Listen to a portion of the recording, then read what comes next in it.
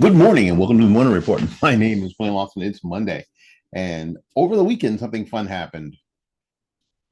A deal has been, well, the beginning of a deal may have been struck to end this so called government shutdown. 8 Democrats have decided that it's time for this to end. And they're getting a chance to get what they want. Now, it's interesting because on Twitter, X, I'm sorry, uh, the other Democrats are losing their mind. Even Governor Kathy Hochul, who says that she's not on board. Well, you're the governor of New York. You don't have to be on board. Just saying. Now, here's the deal. What this should be showing us is that this shutdown was political and it was Democrat led. First thing, it's interesting that somebody mentioned this. I forget who mentioned. I think it was Mark Levin who mentioned that this shutdown would end shortly after the election, and it did because it was about votes. The first purpose was about votes. The second purpose now is about ACA subsidies. You didn't hear anything about the ACA subsidies. We're doing a 7-part series on the Affordable Care Act and how basically we are back where we were in 2009 because the Affordable Care Act was never going to be viable without substantial or government subsidies. Now, government subsidies is the key word for tax dollars. Was never going to exist. All those really low premiums that people were getting in the very beginning, uh, they were being subsidized or paid for. That's a better word. Paid for by tax dollars. And now those tax dollars are that subsidies are going to expire. Now, let's talk about the expiration of these subsidies because that's the dirty little secret that Chuck Schumer and the rest of these people aren't talking about. Back in 2001, 2021, I'm sorry, uh, Democrats had the House of Representatives, they had control of the Senate, and they had the White House. There was zero, really, that Republicans could do to stop them. So if they really wanted these subsidies to continue, if they really wanted the ACA to be viable just 4 years later, then they could have passed legislation to make the subsidies permanent. They are not permanent, they are temporary. They could have, if they thought the Affordable Care Act could last on its own, they could have gotten rid of the subsidies entirely. But you know what they did? Neither. They kept them permanent. I mean, they kept them temporary. And they had them expire December 31st of this year. Because, friends, and I know this sounds like I should be wearing a tinfoil hat, but that was the plan all along. To cause as much pain as possible, to get as many people sucked in. It's like a drug dealer giving out free drugs, free drugs. Come on, get yourself a sample of this, get yourself a sample of this, get yourself a sample of this. And then when people are hooked, that's when you snatch them in. That's when you snatch them in.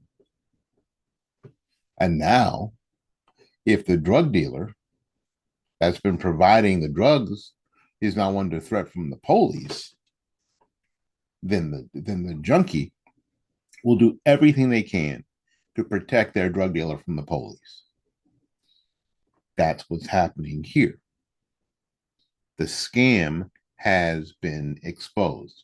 The scam of the idea of moving from the Affordable Care Act to full-fledged, full-blown government health care, full-fledged, full-blown single payer has been exposed because that's what this has always been about. They all said, it's funny, when I started this adventure that I'm doing here, I said this that this was the plan all along, and they all said it. Barney Frank. Remember Barney Frank? Barney Frank, Barack Obama, Nancy Pelosi. They all said it from the beginning. This is just the first step to moving towards a single pay system, a Canadian type single pay system. This is just the first step. But they needed to cause as much pain as they possibly could. And this was the perfect time because they had a president that they could rally people around to hate. Perfect timing for them. Because this is all about politics. Let's not get crazy. This is all about politics. Every single freaking bit of it is about politics. So now, with the subsidies expiring that they could have made permanent or had that expiration end in 2050 or 2075, which they did not do, which they could have. They are trying to blame Republicans for this expiration date that they set. It's like the expiration date on your milk is Tuesday, and the milk and the grocery store is blaming you somehow. Insane, isn't it? And that's what's not getting discussed. And that's the question. Those are the questions that are not getting asked. No one's asking Chuck Schumer, while you were Speaker of the House, while you were Majority Leader, why didn't you, with Hakeem Jeffries, make these subsidies permanent? Yes, you would have gotten some pushback from the Republican members, both in the Senate and the House. Yes, you would have. But why didn't you do it? Because you could have.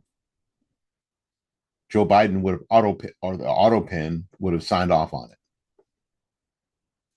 That's the question that when you hear something today, when people are talking about it, that's the question that should be in your brain, and that's the question you should ask them. When you hear the the talking heads on MSNBC and CNN talking about the Republicans want to rip healthcare away from 3.8 million people or make it incredibly expensive, and how Sherrod Brown is calling it a bad deal. No, the bad deal happened in 2010. The bad deal was signed in 2010. And it was signed by Democrats entirely, not one Republican vote. So I guess the Republicans are clean on this. And as many rallies as we had and how many loyalty oaths were signed, arithmetic came to bear. There were not enough Republican votes to stop them. Couldn't filibuster, nothing. It was a clean shot to what we have right now, to what we have this very hour. And it all falls on Democrat hands.